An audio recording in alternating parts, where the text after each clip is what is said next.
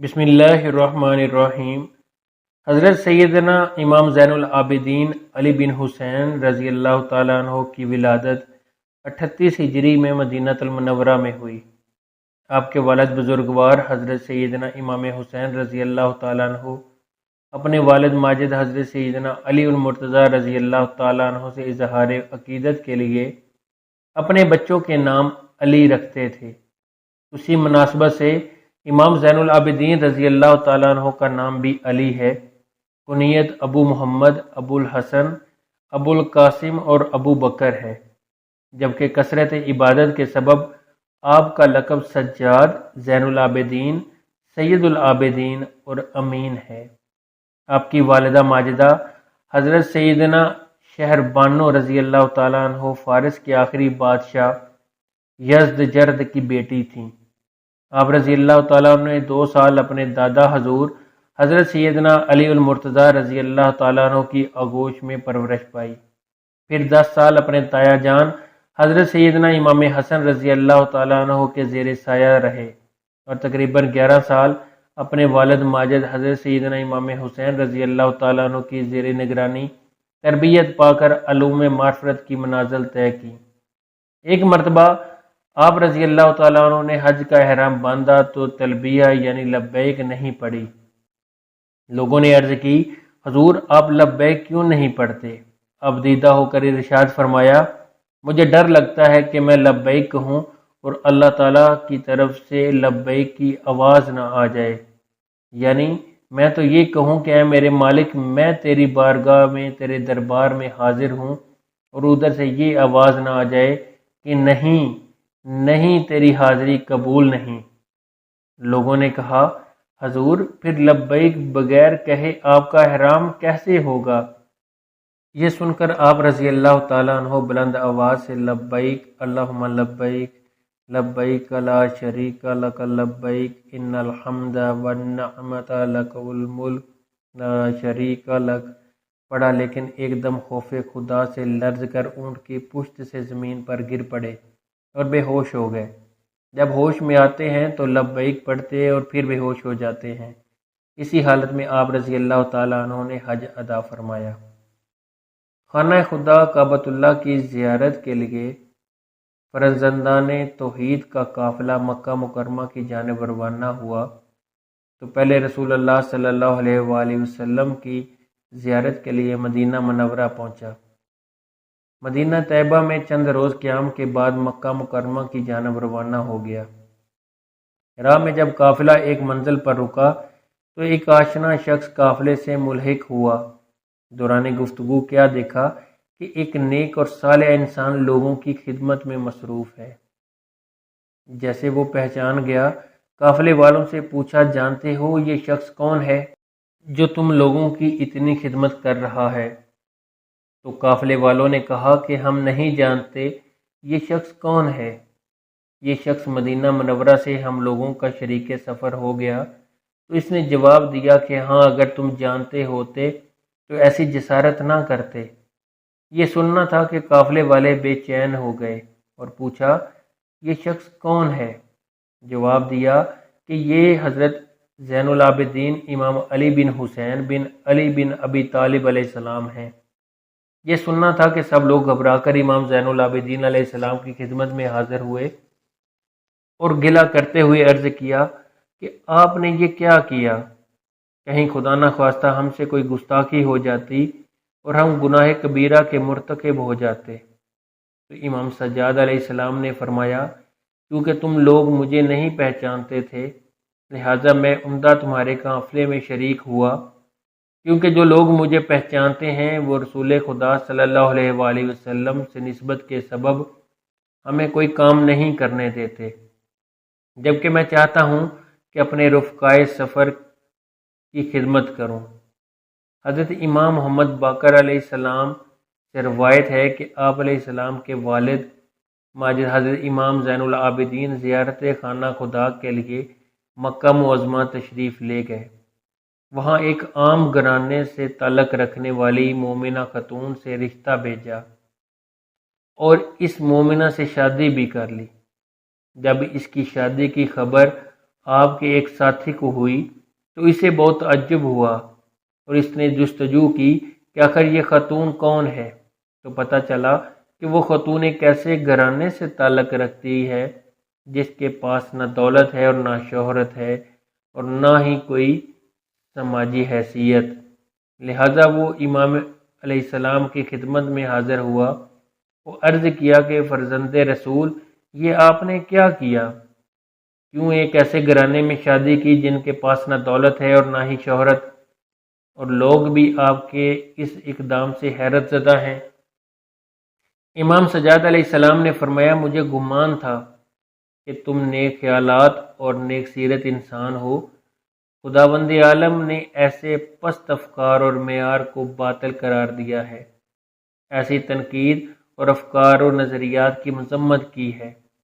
کربلا کے دلخراش سانحہ کے بعد جناب مختار نے قیام کیا تاکہ امام حسین علیہ السلام کے قاتلوں کو واصل جہنم کر سکیں۔ ان کے لشکر کے کمانڈر جناب ابراہیم بن مالک اشتر نے عبید اللہ بن زیاد ملعون کو گرفتار کر کے قتل کیا اور اس ملعون کا سر جناب مختار کی خدمت میں پیش کیا، جسے جناب مختار نے مدینہ منورہ میں امام زین العابدین علیہ السلام اور جناب محمد حنفیہ رضوان اللہ تعالیٰ کے پاس بھیجا۔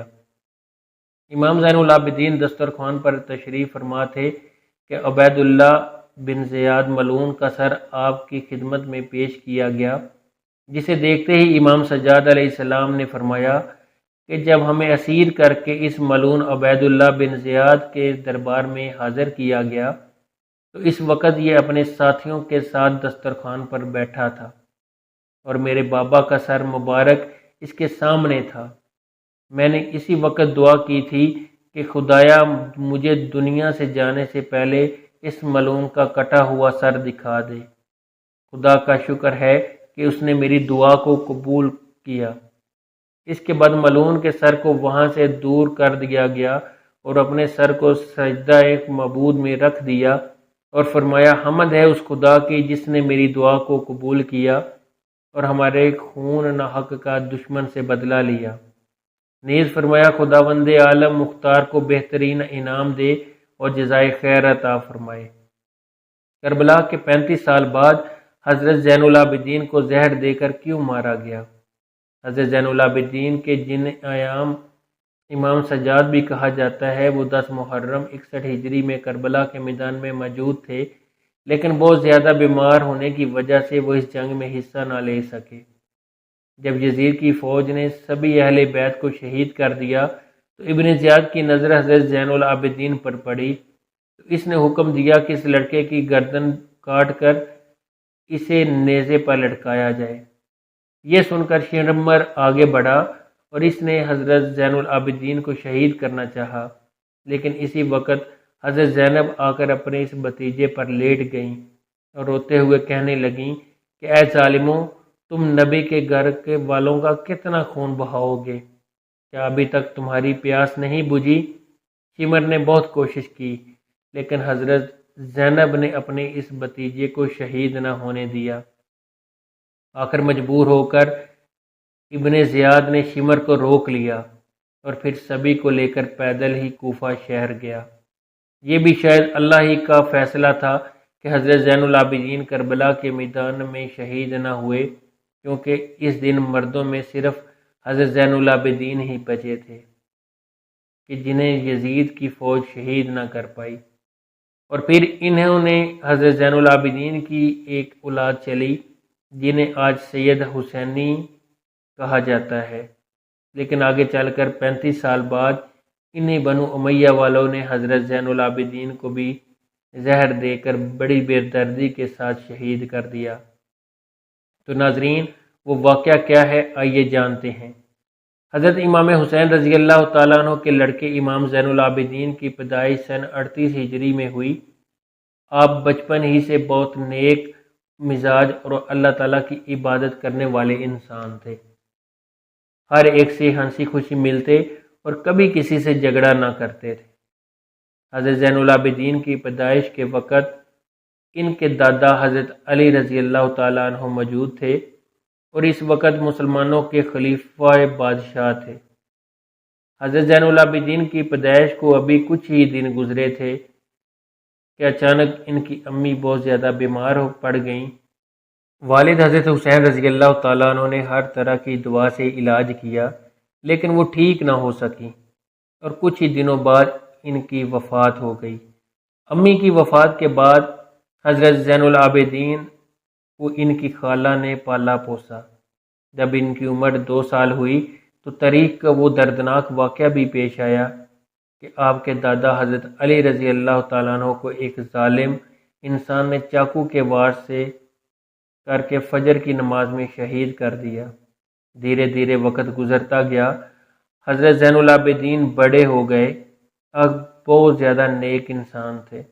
جب بھی نماز کا وقت ہوتا اور آپ وضو کرنے کے لیے پانی لے کر بیٹھتے تو چہرے کا رنگ بدل جاتا، جسم کانپنے لگتا۔ ایک دن گھر والوں میں سے کسی نے پوچھا کہ آپ کی نماز پڑھنے سے پہلے ایک حالت کیوں ہو جاتی ہے؟ تو حضرت زین العابدین نے جواب دیا کہ اللہ تعالیٰ کے سامنے کھڑے ہوتے ہوئے مجھے خوف محسوس ہوتا ہے کہ اس سے میرے چہرے کا رنگ بھی بدل جاتا ہے۔ وہ جب بھی نماز کی نیت باندھتے تو اکثر 2 رکعت میں صبح ہو جاتی۔ ساری ساری رات قرآن کی آیتیں پڑھ پڑھ کر روتے رہتے۔ حضرت زین العابدین اتنے زیادہ سجدے کرتے تھے کہ آپ کا نام ہی سجاد رکھ دیا گیا، کیونکہ عربی میں سجاد کے معنی ہوتے ہیں بہت زیادہ اللہ کو سجدہ کرنے والا نیک انسان۔ جو ایک بار بازار میں کسی جاہل انسان نے حضرت زین العابدین کو بہت برا بھلا کہنا شروع کر دیا، لیکن آپ نے اس انسان پر کوئی دھیان نہیں دیا بلکہ خاموش ہو کر وہاں سے جانے لگے، تو انسان غصے میں کہنے لگا کہ اے سجاد بن حسین، میں آپ کو برا بھلا کہہ رہا ہوں اور آپ مجھے کوئی جواب کیوں نہیں دیتے؟ تو حضرت زین العابدین نے کہا کہ میرے نانا پر جو کتاب نازل ہوئی ہے اس میں لکھا ہے جب بھی تم سے کوئی جاہل بحث کرے تو تم اسے نظر انداز کر کے نکل جاؤ۔ ناظرین، حضرت زین العابدین کی شادی 57 ہجری میں انہی کے چچا حضرت حسن کی لڑکی حضرت فاطمہ سے ہوئی۔ آگے چل کر آپ کے 11 لڑکے اور 4 لڑکیاں ہوئیں۔ آپ کے لڑکوں میں سب سے زیادہ مشہور حضرت باقر اور حضرت زید شہید ہیں۔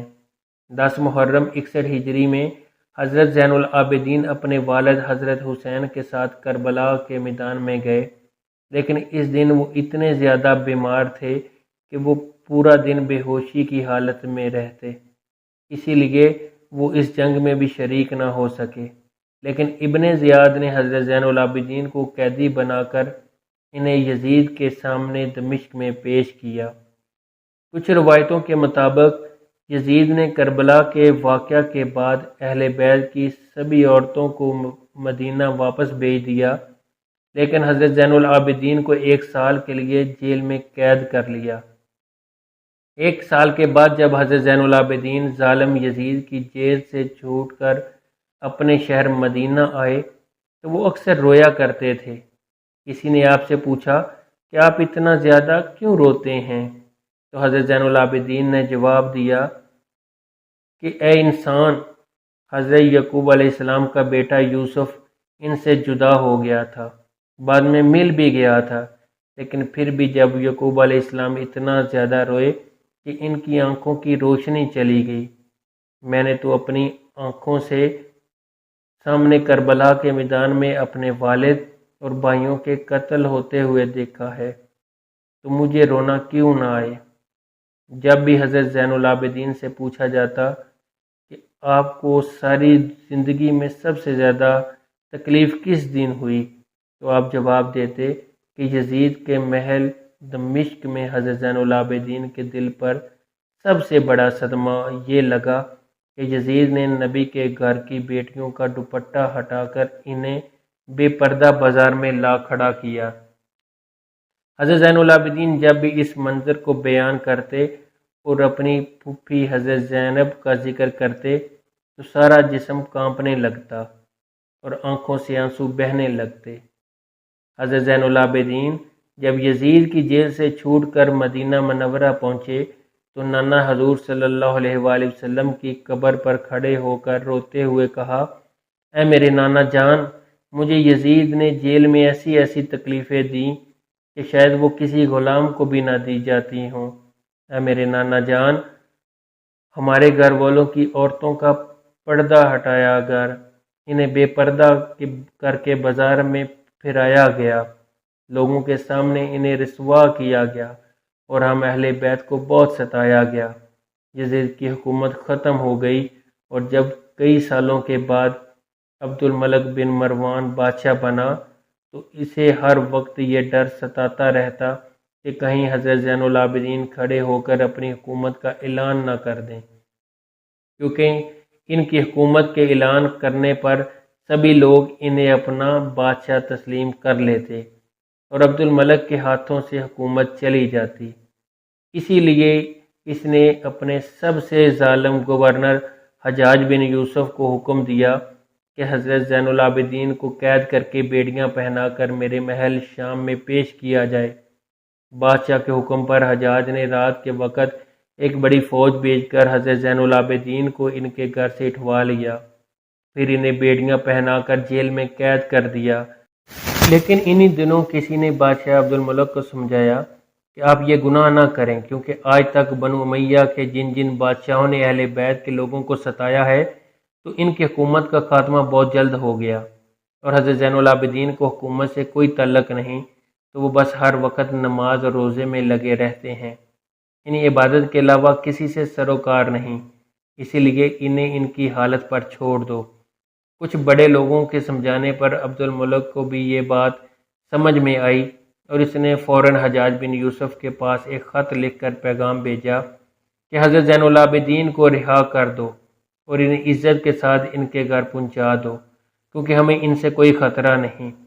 اس کے بعد عبد الملک کے زمانے میں حضرت زین العابدین کو کسی طرح کی کوئی تکلیف نہ دی گئی، لیکن جب عبد الملک کی موت ہوئی اور پھر ان کا لڑکا ولید حکومت کا بادشاہ بنا تو اس نے سب سے پہلا کام یہ کیا کہ حضرت زین العابدین کو زہر دے کر شہید کروا دیا، کیونکہ اسے ڈر تھا کہیں حضرت زین العابدین اٹھ کر اپنی حکومت کا اعلان نہ کر دیں۔ کربلا کے واقعے کے پورے 35 سالوں بعد 25 محرم سر 95 ہجری میں حضرت حسین کے اس لڑکے حضرت زین العابدین کو بھی زہر دے کر شہید کر دیا گیا، اور ان کی تجہیز و تکفین انہی کے لڑکے حضرت باقر نے کی۔ حضرت زین العابدین کی قبر جنت البقیع میں حضرت فاطمہ رضی اللہ تعالیٰ عنہ کی قبر کے پاس بنائی گئی۔